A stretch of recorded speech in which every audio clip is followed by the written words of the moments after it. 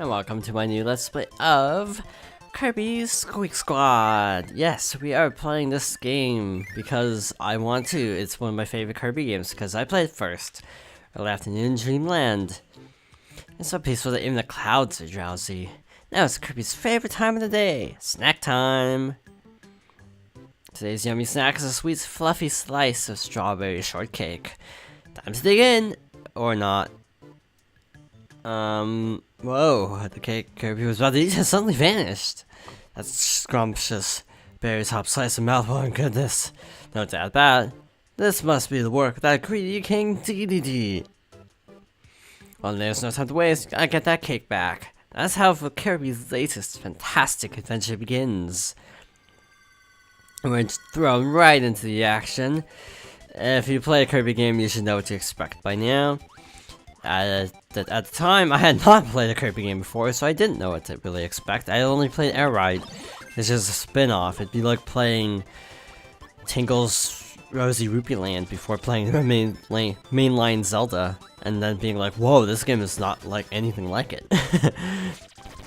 Was it freshly picked Tingle? I don't know what the name of the game is. It was only released in Europe and Japan, if I'm not mistaken. Part of me wants to import it, but it's a Tingle game, so it's like not that big of a deal. But that's beside the point.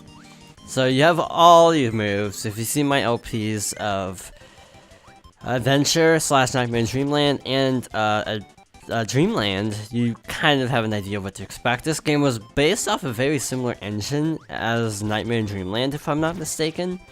So they look virtually identical. I think the pixel count is slightly better, but it's largely the same engine. So this is the bonus game. It's really straightforward. So that was stage 1-1. It took like a minute.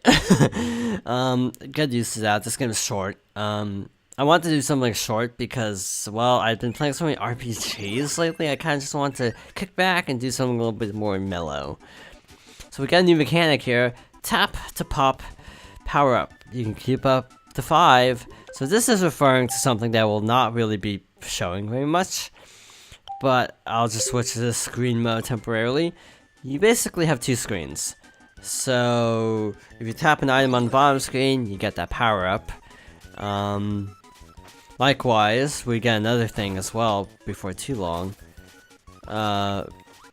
Kill you. And this is the other main mechanic, is you can actually merge 2 different health restore items or even power-ups to get a new power-up or health restore item that's usually better. But that's all you can really do at the bottom screen. So we're gonna go back to full screen, at least as full screen as an emulated DS game can get. And yes, I know I'm using the word emulator, but technically this is an emulator. I mean, being able to play a DS game on a screen on a Wii U, that is technically emulation. So it's just when you emulate stuff by illegally downloading stuff that's kind of a problem. I mean, like pirating stuff. That's when emulation becomes a problem. This isn't pirated. It's downloaded off the eShop. It's a Wii U version, obviously, based on the previously seen menus. And we're done.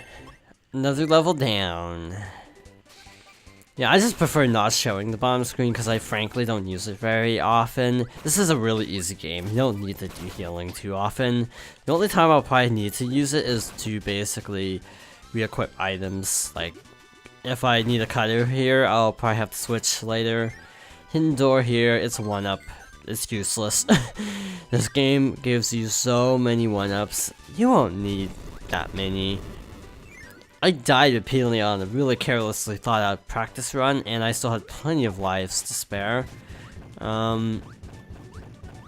Also, this is like one of those old school games where if you reset the game, your life counter goes back to normal. This is actually a bigger deal on the DS than on the Wii U, because on the Wii U you can just create restore points. Problem solved. It can freeze water, but it's actually really finicky. When you don't get until you get a certain power up later on.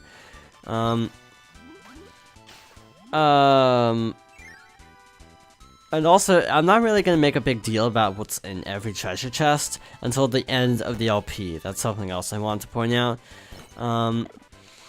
So select, or the minus button, depending on what you want to call it, is basically your unequip button. So if you press that, you unequip your currently selected power-up. So that's what I did there. This game has contextual actions like Superstar, where if you press certain directions along with certain buttons, you do special actions, like a lunge attack for the animal costume, which I want to show off, because it's actually pretty off-putting, actually. So these are the Squeaks. So we have our first one, I think its name is, I forget its name, I think it's Zippy or something? I don't know. I should have looked that up off screen. But we can just run to the goal anyway and be done with this. So, sorry Zip, or whatever your name is, we kind of ignored you. So yes, there are 2 treasures in this level as things are kind of heating up. The thing on the left is a fire scroll that actually gives you a new move. Let's go over that. We need to actually get fire power up. Well, this will be fun. Ah, that old, the better building music, that's what it is. It's like, why does this sound so familiar? And I have a fire power up, actually.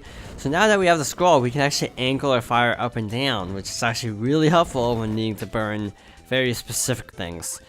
You get a very similar scroll for the ice scroll, the ice power up, so that's also why I was saying it actually gets easier to freeze things, like freeze water later on, because you actually have that power up.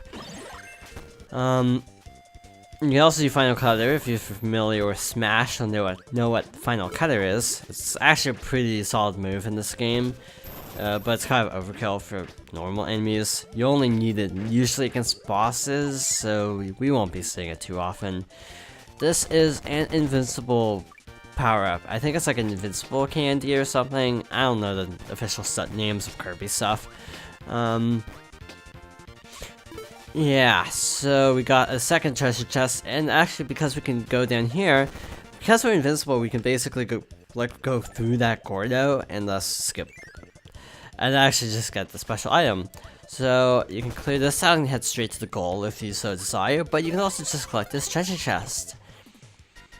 You're actually locked in, so that's a little bit of a problem, and every time you get a hit, you drop your power-up. That's a little bit different than certain Kirby games. From what I understand, Amazing Mirror was the one that started that whole thing, and I think it's dumb.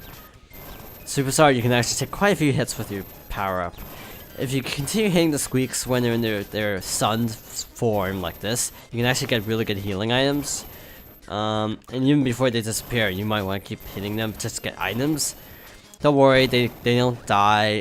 They're actually in mass attack. I'll look up Squeak names before the next episode. So we got 3 more treasure chests.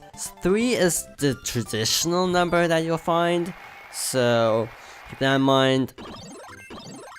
So we have 2 stages to access. This is a secret stage, but it's actually really short. Take you out. And you, and you. Again, I like the sword power up in this game because it feels a lot better than, like, Adventure. Keep in mind I haven't played Superstar in forever, so it's the best in Adventure. It's the best in Superstar. Superstar's sword power up is so satisfying to use. I can't wait to get to Superstar because I do want to LP it eventually. I just wanted to do some of the less popular Kirby games first because people don't like Squeak Squad, actually, and that's something that I personally understand. It's one of those things that I understand, but I also disagree with. And also, you can cheese this puzzle. You can actually see the door if you jump. So yeah, we need to go in here. Use the high jump power-up. It basically is the same as in Adventure, so if you're familiar with that, you should be perfectly fine. Jump up here. By jump, I mean totally miss the stairs. So we can just kind of Superman our way through here, or Super Kirby. And we have another treasure chest, a big one. This one is different because you can actually go straight to the end. So that's kind of nice. I know that one's name is Doc, I'm pretty sure. But I don't really know the others. We're only about 10 minutes into the video, might I add. So this game is short.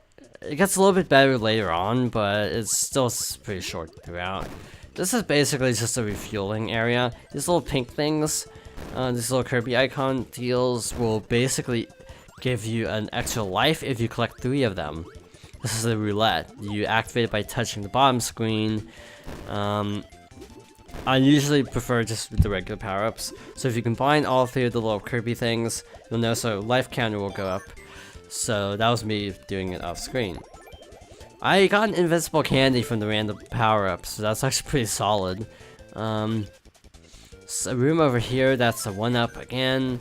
That's really unnecessary considering this game showers you in 1-ups, and it's also kind of a kid's game. I don't really like that mentality though, because Kirby is a fun game, regardless of if you're a kid or not, if you ask me. I was like 10 when I got into Kirby. A lot of people get into Kirby a lot later than I did. We're only 11 minutes in, approximately, so we might as well go and fight DDD. I have this cutter power from a long time ago, so let's use it. Pretty sure the sprite is, again, the same as Nightmare in Dreamlands. A lot of reused assets, so that's one problem I have. And, as in Nightmare in Dreamland, spamming is the best strat. This huge portal in the background you may actually recognize from the anime. Where he gets all his monsters from, but that's a story for another time.